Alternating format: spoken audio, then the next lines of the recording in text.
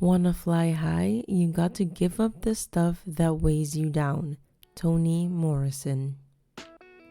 Hi, hello, and welcome back to another episode of the Misadventures of the Mind podcast, hosted by me, your clinical child and adolescent psychologist, alias Kalik Nadal. And honestly, I feel like at this point, I don't even need to say the full thing because you already know what it is. You already know what we do. This is a podcast that talks about life, talks about emotion, talks about mental health, and everything in between. You know, we're growing up and, life be lifing. And this podcast is here to talk about all of it. All of it and also nothing at all. Sometimes it's just me and sometimes I have a special guest.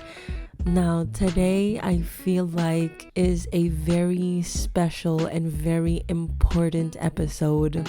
And now you're probably wondering why. Why is it so important? Why is it so special? Well, let me tell you, it's episode 10. We're officially in the double digits. We have moved on. We have transformed. We have upgraded to no longer singular digits, but double digits. We're in a new season. We're transitioning, and much like the weather is transitioning, your life should also have designated seasons, should have a moment of transitioning. Have you ever experienced that before? Now, it could have been a necessity, but it also could have been that the transition was unwarranted, that you thought, I'll just do through life, and then in the blink of an eye, your whole life is uprooted, and now it's looking a little different. It's looking a little confusing. It's looking a little don't know where to go, don't know what the next step is. And that's totally fine. That's totally fine. But without rambling too much, I love going on a tangent, but we're not going to do this today. I hope, at least. Today, the misadventure of the mind is a special one. Usually, I have a disclaimer of make sure that your edge control is there, it's strong, making sure that your edges are no longer snatchable. However, today, I'm gonna keep it nice and light, I think. In my mind, I feel like it's light. However, it could change. So, the misadventure of the mind of this episode is one that convinces you that your plans can't change for the better. I'll repeat it. The misadventure of the mind that convinces you that your plans can't change for the better. Now, this is almost an ode to the first episode where we talk about change, where we talk about how difficult it can be to accept change. Now, specifically for those of you, i.e. including myself, who have a tougher time dealing with change. Now, for those of you who love change, who welcome it with open arms, this kind of speaks to you, but not fully. I'm mostly speaking again to myself, to the people who can relate, who have trouble with change, and specifically when they had a plan set up. See, like I always say, I'm a planner. I love planning. I love organizing everything that I can do, can I put my hands on. I love everything that has to do with planning. I also have a collection of stationery. Yes, I am that person with tons of pens, tons of pencils, like anything stationery related, I have it. I am also the person who will go to a bookstore to pick out a notebook just because it's cute. Yes, and I know there are some of you out there who definitely can relate. And if you can't, try to help your friend hold back. But anyhow, the misadventure of the mind of today's episode is one that, like I said, an ode to episode 1, but also it is, as per always, inspired by real life events, real life conversations that I have with people in my immediate vicinity.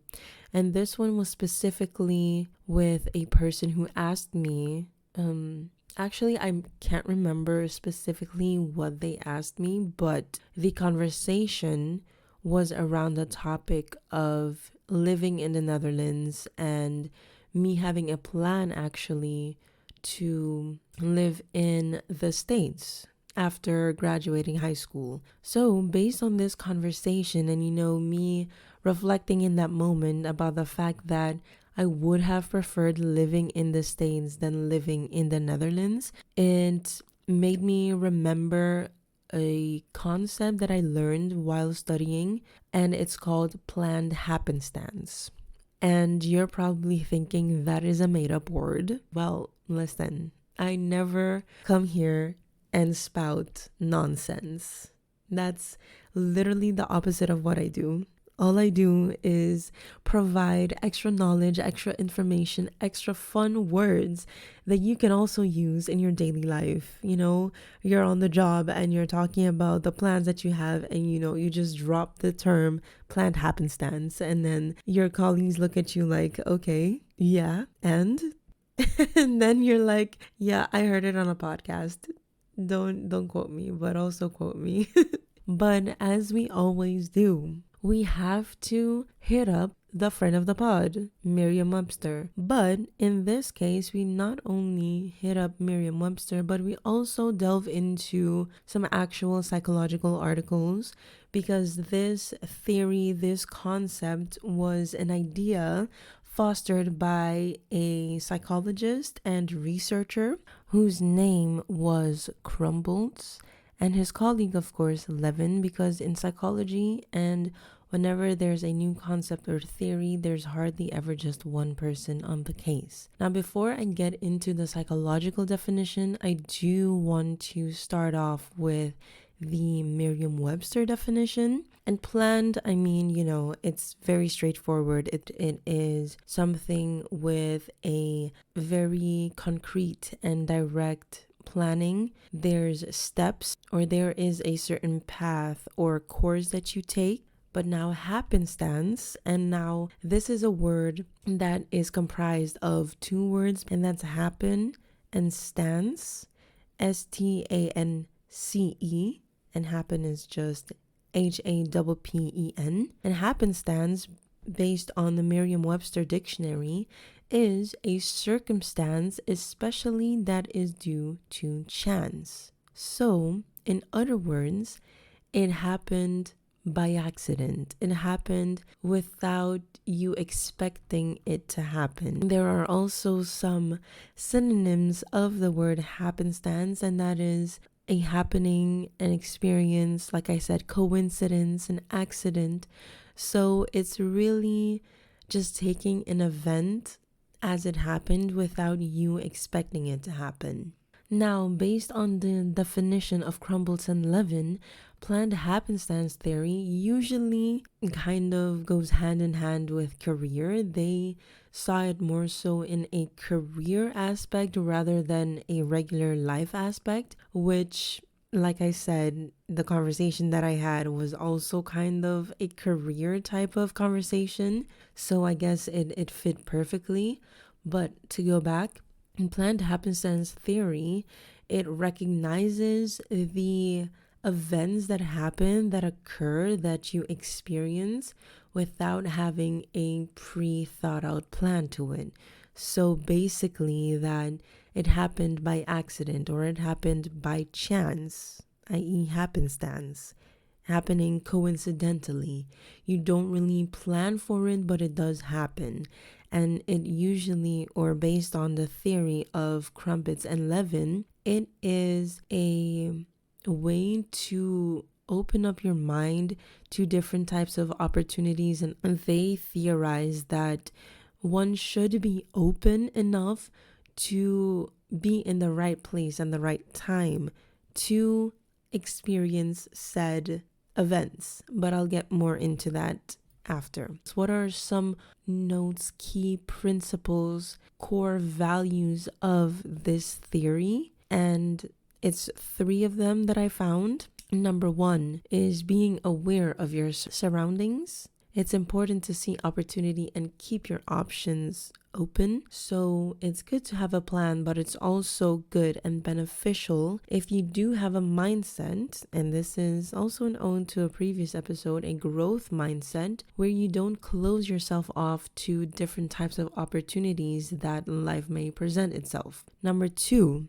take a risk, even with rejection as a possible outcome. Rejection is inevitable. It's very tough, it's very scary, it's very confrontational when you put yourself out there, when you make yourself a little bit vulnerable and people don't see the value in you or your abilities and thus reject you. However, what I've learned, especially in my life with rejection, is that, and it sounds very corny, I know it sounds like better said than done or better said than experienced. However, in the moment, you feel like crap because you got rejected. But after, when you reflect on all of the things and activities that you were rejected from, and even from people, I've realized for myself that it benefited me more to have been rejected than accepted,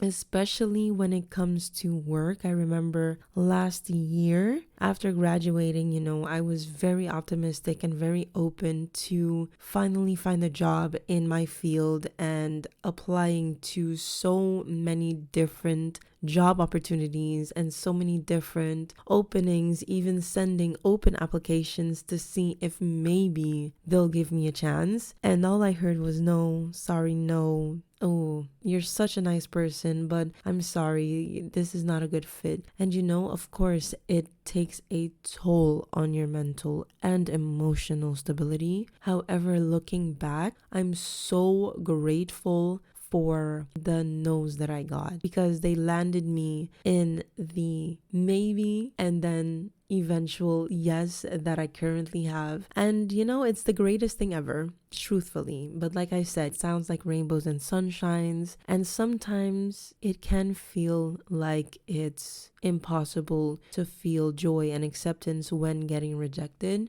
but it is a very beautiful and powerful thing. Going back to the meat of it, the key points of planned happenstance theory: take a risk even with rejection as a possible outcome. Trying is better than not trying at all. If you don't ask, the answer is always no. And that is a very Caribbean thing, because it's like instilled in your brain. You feel like maybe you shouldn't ask. Maybe I shouldn't ask my parents to go out with my friends in the weekend. But if I don't ask, it's already a no. If I ask, I might get a yes, knowing very well that I definitely will get a no. But that's neither here nor there. Asking is already a step into the potential acceptance, the potential opportunity, the potential, opportunity of also gaining knowledge. Not just opportunity in terms of the grand scheme of things, but also specifically in gaining more knowledge. And lastly, the last key term and key point of this theory is be adaptable and open-minded. Being adaptable is a skill. It sounds very easy. It sounds very nice even on your CV. People love putting that they're adaptable and flexible on their CV at the soft skills section.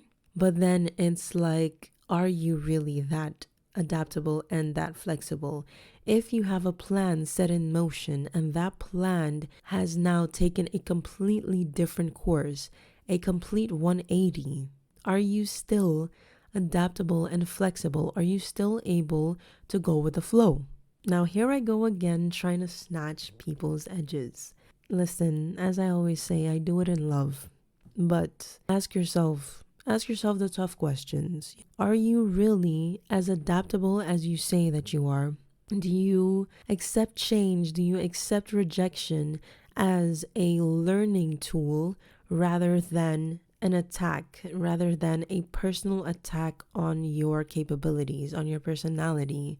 Are you able to take this 180 and also have a 180 in your mind? So now we have the definition of happenstance. It's something that happened coincidentally, it happened by accident. You didn't plan for it to happen. And now you're wondering, okay, where is she going with this? Where? And it's again based on real life conversations that I had that made me think about this concept. The events that have happened by accident have led me to where I am currently. And I really had to take a step back and reflect on it because I feel like I'm a person, so I can be. Let me rephrase. Not I am, because I'm not defined by the fact that I'm a great planner, but I do fall into my own misadventured mind and my own trap that I get so caught up in my plan and planning that I don't give myself room and space to grow, to see a different route. And there's something that my husband always tells me, and it's like whenever I create a plan, or let's say we're cleaning the house, right? Something very simple, something very mundane. And I'm very particular about where I want my things, where I want my stuff to be. And my parents can attest to that because this is not just something that I've had since living with another person, but literally, I feel like it's ingrained in my personality at this point because even as a little girl, my brother would touch my things and I would be like, okay, I guess you want to fight. So we're going to fight now. Now we're scrapping and what? But yeah, so my husband says, yeah, you want it this way, but there's also another way to do it. And there I'm like, okay, you also want to scrap, because it's like, obviously there's another way, but this is my way. So I guess we have to do it. And every time he says it, my brain shuts down. It goes in error mode. I'm like, what do you mean there's what do you mean? What do you mean? And it took a while, I must say, honestly, to come to terms with the fact that there is, in fact, another way. There are different types of problem solving that can occur that will lead me to the same result. And with that, I want to say it's a journey. For sure, it's definitely a journey, but it also makes me realize that having a plan is good. Having a concrete goal and, if you organize your life a certain way is definitely good. It's definitely advisable, but you should also create space for example, being adaptable and being flexible, being open to different things. So now we're going to get into the story time of it because, like I said, like I introduced, this misadventured topic is one that came out of a conversation that I had with a person. Me and this person were talking about, like I said, coming to the Netherlands. After high school, I had a plan. It was go to the States. I can speak English there. I've been there on like family vacations numerous times.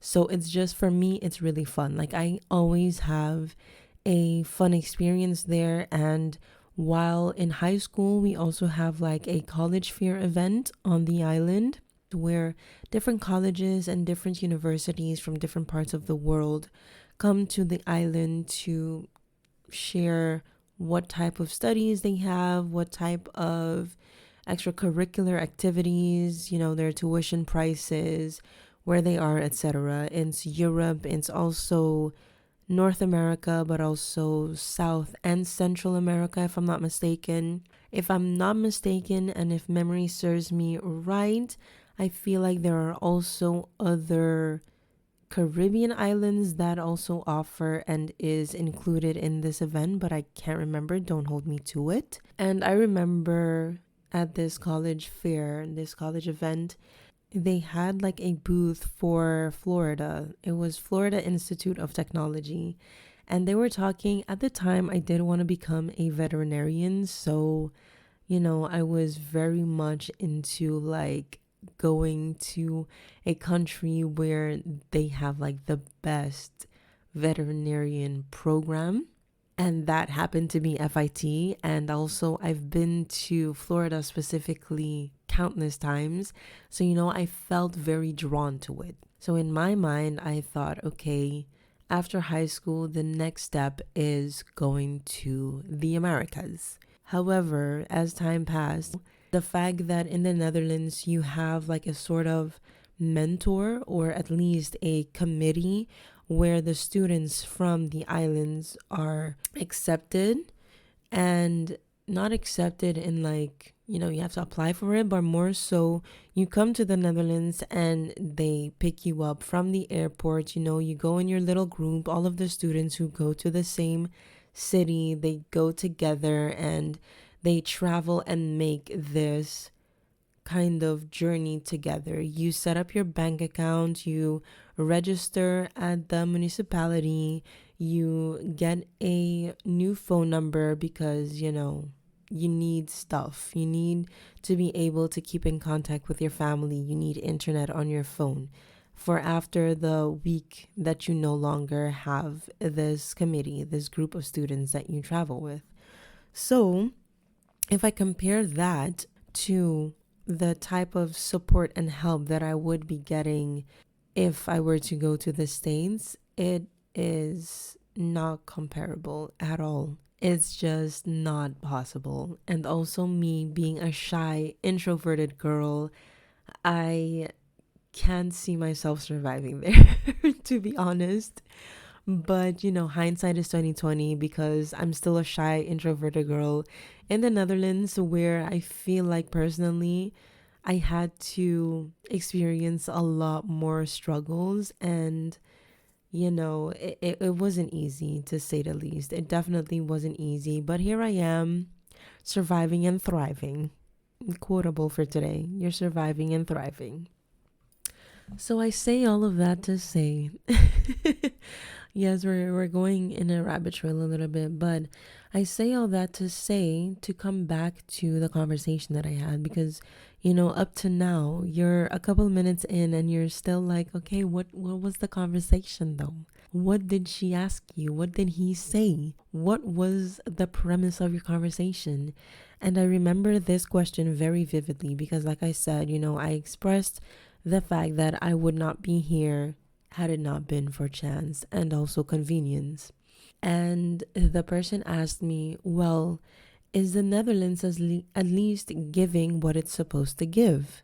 Like, is it the place where you got to grow, where you experience different opportunities, where you experience different types of connections and conversations with different people?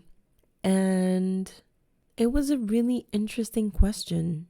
And I never thought about it because, if you talk to me, I'm very vocal and I'm very honest and transparent about the fact that I don't really see myself staying in the Netherlands, but also I don't see myself staying in like Aruba or something. I feel like though the Netherlands comes with its cons and there are different types of people that I've encountered and different, just experiences in general that I have encountered. But at the same time, I do appreciate everything that it has taught me up to this point.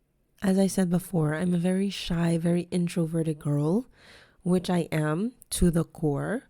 However, the Netherlands has taught me to speak up for myself, to not let people take advantage of the fact that I am shy and that I don't like conflict, that I don't want to make myself heard. On the other hand, it does give a feeling of hardness and maybe coldness, or cold-hearted rather, where it's like everyone is almost selfish, where they only think about themselves. I must say, and this is something that many people have seen and have agreed with is that in the Netherlands, and I feel like in Europe in general, but I can't speak for the whole of Europe, so I'm going to bring it back down to just the Netherlands. It's a very individualistic country compared to Aruba, that is very collective. It's more so based on community, it's based on your neighbor, it's based on the people who you have around you, your network, both immediate and not. There are pros and cons. And I for a long time I kind of stayed in the con, but as I said, it's a skill to be adaptable, it's a skill to be flexible. So in the years living in the Netherlands, I also had to learn to be adaptable and also flexible with the place where I'm living at. Like, there are bad days, there are also good days, so I can't just focus on the bad days. So, to get back to the question that this person asked me, is the Netherlands giving what it's supposed to give? And truthfully, I think it did, and it does. Because if I have to look back, right? And it's so funny because when I came to the Netherlands, I had a group of friends. Just, to put it out there, we're no longer friends. But because I came to the Netherlands, I also gained closer friendships, and I think even realer friendships than what I had when I came here. For example, like, I don't want to give it away too much, but two of the people who I hold most dear to me are going to be featured in episodes of this podcast. I can't say when and I can't say about what, but they definitely will get a spot to, talk about related topics that I think is very important. But it's because of the Netherlands that I got to meet these people, and where our relationship is so strong, and I also became more of myself. I think I learned more things about me because I came to the Netherlands, because I had to be more adaptable, because I had to be more flexible. If I went to the States, that would have been me just, living in my comfort zone, me living in a place of almost ease. Of course, nothing in life is easy. And, coming to the Netherlands, I was very apprehensive. I felt like I don't want to go to a country where the only thing I hear about is that I will be put down, I will be talked down to, I will be discriminated against, because who wants to live that type of life? And I remember the first year in the Netherlands, I didn't really experience the Netherlands that was painted for me, because there's a very clear picture that is painted when you're coming from a small island, especially if you have melanated skin. So it was different than what I had pictured. And after living here for a while, not to say that there isn't discrimination, because that would be a lie. However, the extent to which they discriminate, and also how it was described to me in high school while I was on Aruba, is different than what it is in reality. Not saying that it doesn't happen, because I've seen it and experienced it, but like I said, it's just a different picture, and everyone has a different experience as well. I know some people who have never even seen it happen to someone else. So, everyone has a different experience. So when this person asked me, is the Netherlands giving what it's supposed to give? I would say yes. I would say yes to a certain degree, because obviously life can be better, but life isn't supposed to be perfect. So up to now, up to today, it is giving what it's supposed to give. It's doing what it's supposed to do. However, was that planned or was it by accident? And that is the question. Where is the line between happenstance and planning? Or is it a combination? Is it planned happenstance? Now, you're probably wondering, is it possible to have a combination? Because, based on the definition and based on the explanation of the concept, in theory, happenstance is not something that you can plan. But that's not fully true. So let me just enlighten you just a little bit, right? So, of course, we have the planning aspect. That is something that you have total control over. However, there's also the happenstance aspect, where it's not necessarily something that you have control over. By definition, you have zero control over it. But there's a little middle ground. There's a somewhat gray area, because the meat of it, the concept, and one of the core values as well, is the fact that people have to be, number one, like I said, adaptable and flexible, but also the underlying core value is curiosity.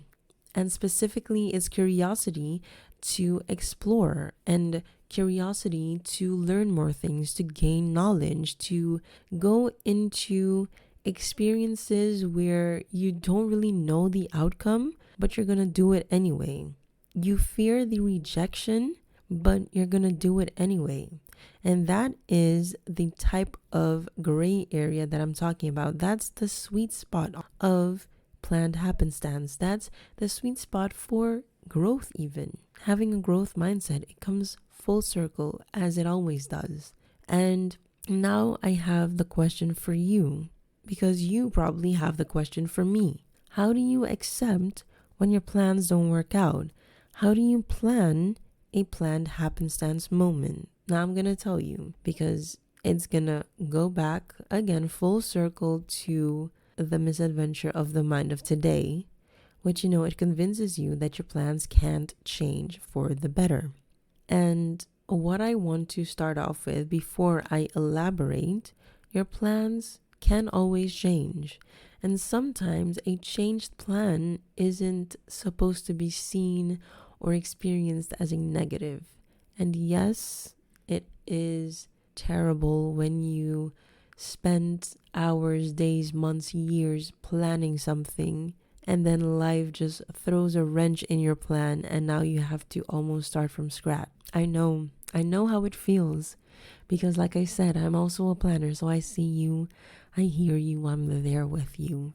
But also, I'm there to tell you that there is another way to do it, per my husband. And that sweet spot, that gray area of planned happenstance and accepting the changed plan, it all ties down to how curious you can be and how adaptable you want to be.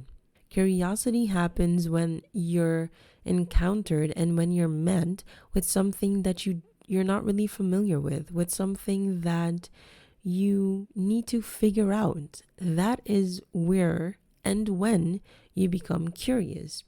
And again, we like to define things here. So, per Merriam-Webster, curiosity derived from the noun curious, to being curious.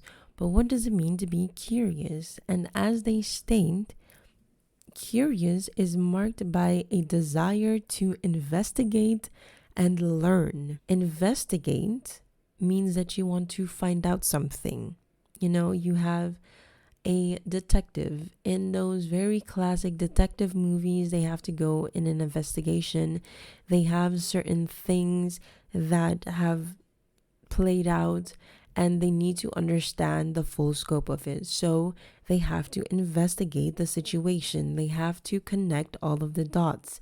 In the same way, if you're in a place or you are met with a unplanned circumstance, you have to then investigate to see what type of benefits it may or may not bring to your life.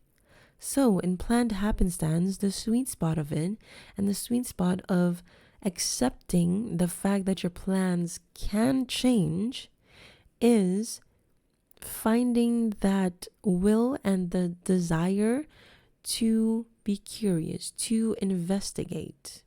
And to go back to the theory from Crumbles and Levin, they said and they state that these unpredictable factors and these events that are unplanned, that is where you find the most opportunity.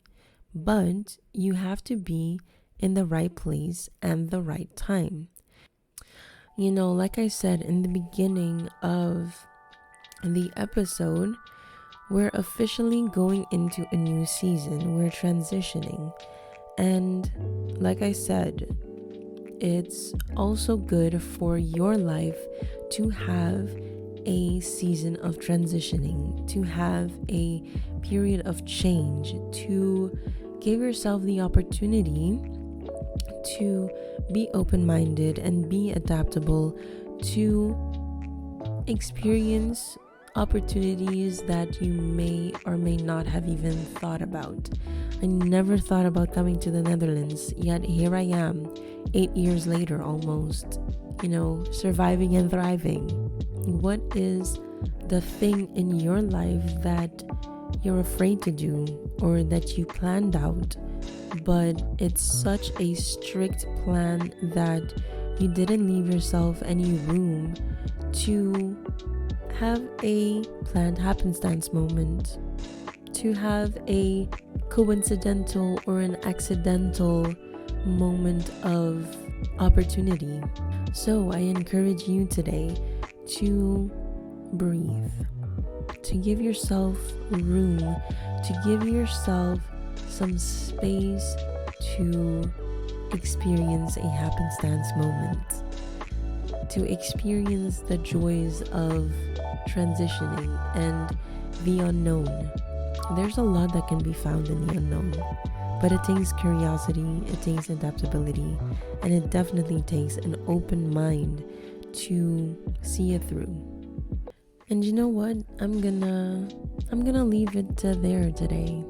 That's the end of the episode. But you know how we like to end it, with a little positivity for your day, for your week, your weekend, or your month. It's a new season, so we have to have a little affirmation or mantra for the new season. And today I'm going to start off with the regular affirmation, and it goes as followed. I allow myself to accept the good, the bad, and the unplanned. And I never, ever, ever leave my Bible readers out there in the dust. And today's biblical affirmation can be found in Proverbs 21, verse 5. It is as followed. The plans of the diligent lead to profit, as surely as haste leads to poverty. And with that, I want to thank you, my fellow loyal listeners, for tuning in to another episode of the Misadventures of the Mind podcast. I hope that today's episode granted you a little bit of curiosity and an investigative mind to reflect on the way how you plan your life. Are you open to transitions? Are you open to changes? Are you open to planned happenstances? Question for yourself. If you liked it, you know what to do. Share it, talk about it, discuss about it, let the people know, let me know. Scroll down on Spotify, drop your comments, drop your thoughts. On YouTube, hit the like button, hit subscribe obviously, and then you drop a comment, let me know what you thought about it. What did you like? What did you agree with? What did you disagree with? Because I love a different perspective. With that, I want to thank you once again for tuning in, and I hope to inform you on another episode. Okay, thanks, bye!